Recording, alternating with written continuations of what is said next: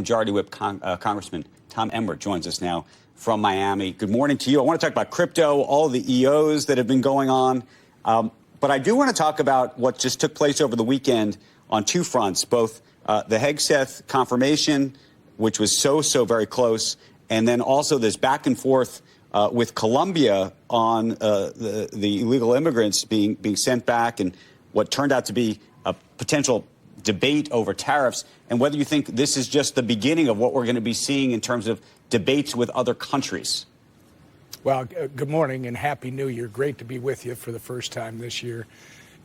First, when you talk about Colombia and the little back and forth that we had over the last day or two, it actually proves Donald Trump's point. I mean, initially they said we're not taking these illegals back, which the question is why? What's wrong with them? And then Donald Trump did what Donald Trump does, the master negotiator.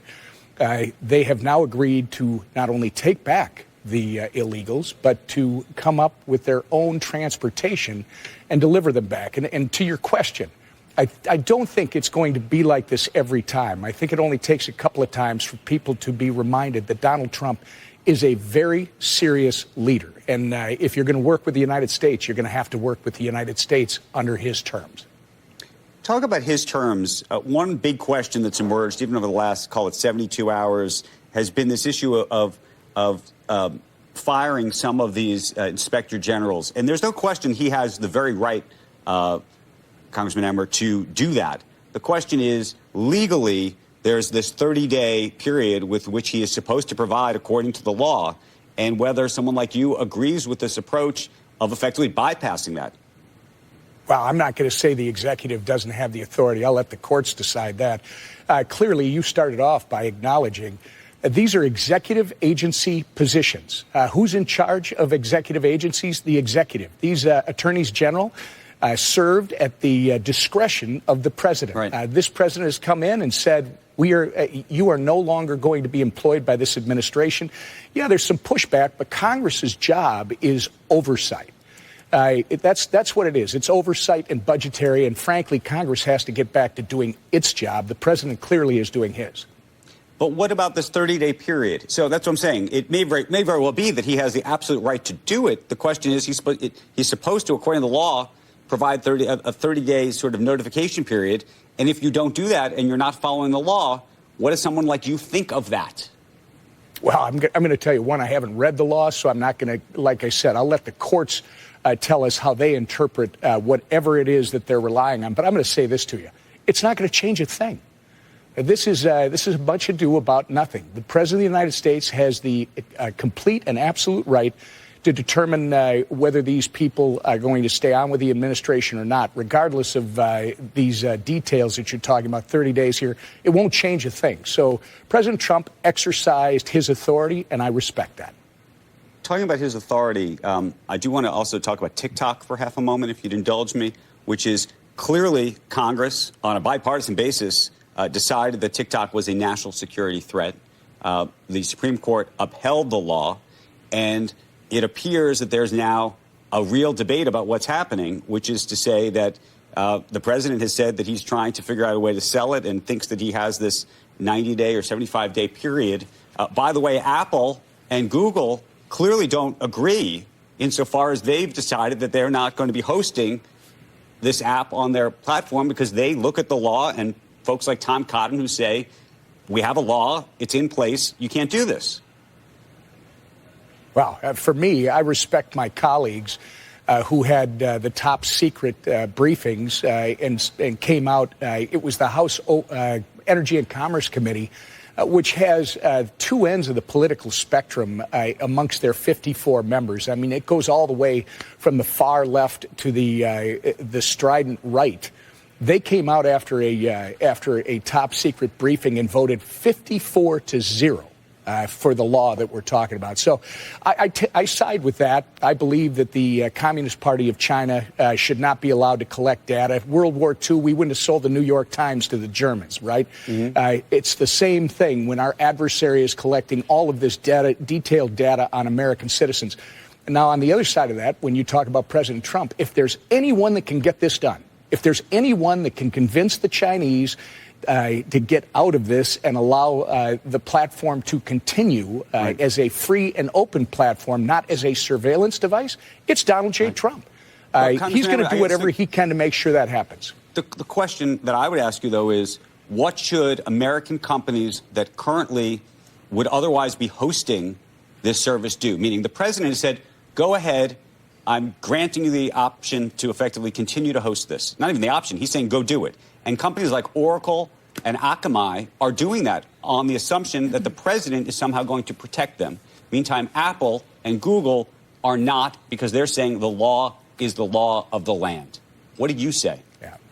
I think Apple and Google are sending a message to the Chinese Communist Party, which is, look, we believe that you're going to be out of business in the United States with Donald J. Trump in the White House, and we're going to choose not to play either side of this. We're just going to stick with the law the way it is and send you a strong message that if TikTok is going to survive as an open and free platform in this country, it's going to be without the surveillance side of it from the Chinese Communist Party.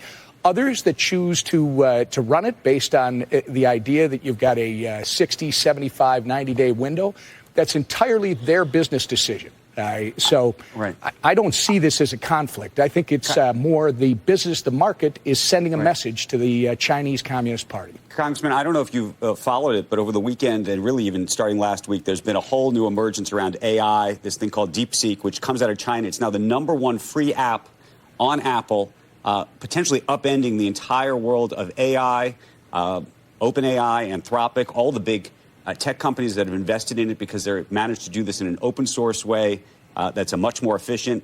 You may not need as many chips to do it. You may not need as much energy to do it. But given the advantage it appeared that the United States had in AI, which was supposed to be our big economic advantage literally a week ago, and where we are today, so many questions have emerged. What do you think of that? Well, it is so many questions that have emerged. I have a lot of questions. I believe we are still ahead of the Chinese. I know what you're talking about. I don't know the details. We're going to have to get down into the minutia to understand exactly what we weren't talking about 2 weeks ago. And that'll happen, no doubt, at the retreat that we have over the next 3 days with the Republican conference, but also when we get back to Washington next Tuesday. And I think everybody recognizes how significant this is. It's having impact on the markets as we speak. But like much with AI and blockchain and all this new world that we're in, this is the greatest sci-fi story that we read 30, 40 years ago. So every day, people tend to be afraid of what they don't understand. I think at the end of the day, it's going to turn out very well for the United States of America. Congressman Emmer, I could talk to you forever. I know we got to go, but I do want to just talk about this retreat real quick. Reconciliation, taxes, whether you think your party is going to stay together as it relates to taxes in terms of bringing in income at a time when people are trying to deal with the deficit. I know you're excited about the EO on crypto and things like that, but biggest thing you think is going to come out of this meeting? Well, I think it's we're already unified. The Republican conference, regardless of what people on the outside of our conference want to say, based on statements from our members, et cetera, we are incredibly unified. I mean, there's 219, soon to be maybe 217 already of us. And frankly, when you've got that small a group, you have to understand each other. You don't have to agree. You don't have to like one another. But when you are together, we've got a job to do. And I think what this next couple days, President Trump will speak tonight. Vice President J.D. Vance is going to speak at some point. But the discussion amongst the conference is going to be how do we enact this aggressive timeline that our Speaker, Mike Johnson, has set in place. The first step would be to vote on a budget resolution in the first week of February.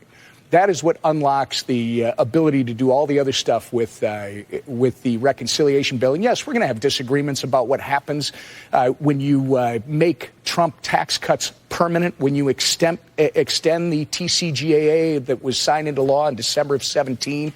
But the whole thing is, again, I think this is not as the whip, as a member. It's much ado about nothing. We are continuing current policy going forward, and that shouldn't be a cost. Congressman Emmer, I want to thank you for joining us. Hope we have an opportunity to continue this discussion as things progress, and hopefully we'll get to talk to you on the other side of this meeting. Thanks.